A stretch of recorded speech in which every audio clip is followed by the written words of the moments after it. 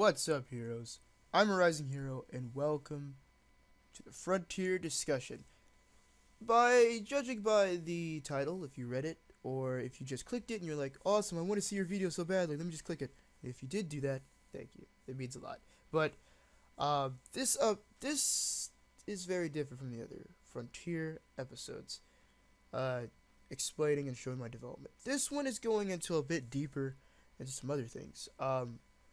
Pretty much judging by the title, you already know what this is about. What if Frontier doesn't live up, or at least I run into too many problems with Blender in developing Frontier that kind of halts my progression to where I want to go? What in the world am I going to do? Well, before I get into that, I kind of want to explain Frontier's current state, and I'll just go from there. So, Frontier right now is in a very interesting state. First of all, we're in a far better, more put together state than last year, easily. Because this year, we have so many mechanics now. We got content, quite a bit of content now, where it's actually different and it's fun to jump into the vehicles right now. I mean, right now there isn't really much of weapons, so much, which I hope to do next month. I hope to do that next month. But this update of this year is pretty much, well, of this month, I guess I could say, is pretty much player update and animating and stuff like that, getting the mesh to work. The only thing is, though, is that once I get all these mechanics to work, and I get into the biggest hurdle, which I already know, which is networking, because there is no native networking within Blender, so I'm going to have to create all of that on my own. And the thing is that what hurdles am I gonna have to go through for that? And it's like, will it work to the according way that I need it to work? That's the big question. But Frontier right now, beyond just the actual game state, it also has the customization right now.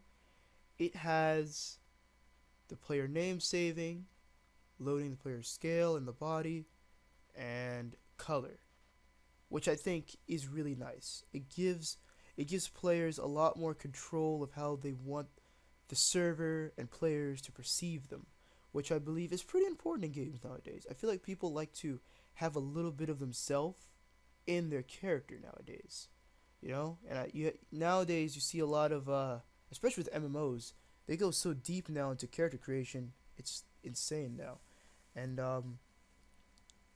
I hope I can somewhat achieve some kind of a nice, a very powerful player customization, but very simple in a lot of ways, not very complicated, and without actually needing to use real money as well to make your character look the way you want it to look in game after purchasing the game. Now, that's just how the game is kind of right now. It's put together interestingly. It's not all there, but it's in a state where it's almost like, keep this up, and by December the game could be exactly how you want it to be, just without servers, and I think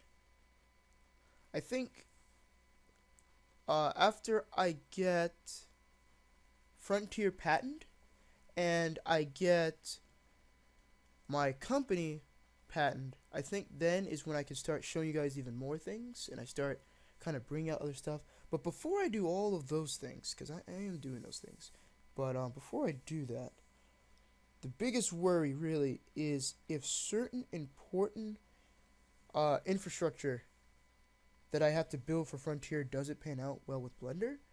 I have to have a backup plan for that. And I want to tell you guys what will happen if this does happen, because I'm preparing for it just in case. What I've been doing the past month is I have been delving deep into the Unreal Engine 4. It is very scarcely reminiscent of Blender in many ways. So that's really good. But I've already grasped all of the I've grasped all of the mechanics pretty much. Not all of them, but the basic mechanics of Unreal Engine. Um, Pretty quickly too. I kind of got all that stuff in like in a day or two. Already could easily recall it. But I just wanted to know that if Frontier doesn't pan out on Blender, I will cease all development of the game through Blender and re-begin it from the beginning with Unreal Engine 4. And I wanted to make this discussion because I wanted to get your opinions on this. Because I do believe Frontier is it's a IP that I created that I believe is very much worth going into. It may not be 100% put together, and all my ideas may not be out there for you guys to see in the state that I want it to be seen, but it's there and it's existing, and I believe if I push this hard enough, I think I can make a game that's unlike any others before. That is my hope. That is my I guess this is kind of like my big I don't know how to call it. I don't know what I would call it, but I guess this is pretty much a big goal for me to get. If I could get this game idea out there and get your guys' support and then deliver that all on my own and have all of my legal stuff in order, have my server stuff in order, and things like that, I feel like we could, or at least I could, make something that's pretty interesting and really cool, and and get myself out there. But I do want to know you guys' idea on this. Of if Frontier doesn't pan out, it'll be relaunched through Unreal Engine 4, and I can tell you through there, servers are built in. Everything that I have struggles with Blender on, everything's already pre-done with Unreal Engine. So that's the crazy part. So it's like, just add your content from there, and then master the graphics and particle systems and things like that. But yeah, that's something I just want to talk about. It's not too much of a long video, right? It's not too long, but I just want to get your guys' opinion. Do you think if Frontier doesn't pan out, creating it on Unreal Engine 4, would that be the next best thing? And again, I don't want to say Frontier's failing right now. It's not failing. Nothing's failing. It's good. But I'm just saying for the far future. I'm just throwing this out there. I do have a plan, but I do want to also get your guys' idea on that plan. But I'll see you guys in the next episode. This was the only Frontier discussion. I kind of want to talk about this because it's an iffy thing that could happen in the future. But it may never happen, which is great. But I just wanted to cover all my bases and let you guys know kind of what might happen if that ever happens. But I'll see you guys in the next update, and don't forget to be a hero. Bye, guys. And before I go off, do you like Frontier? Do you like the idea? Do you see potential? If you do, and you really want to support me, there are two things as of this date of this year that you can do. Number one thing, subscribe to my ArisingHero channel. Please subscribe to it. Better yet, if you really like my channel, go to my channel page. Go to my page. Go to the YouTube page. See the subscribe button? Right to the right of it, I believe. I believe it's to the right of it.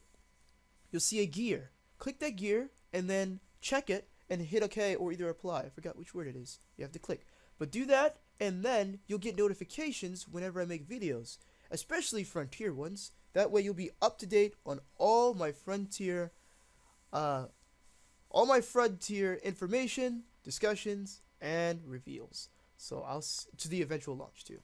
Also, social media, Twitter, Google+, Steam.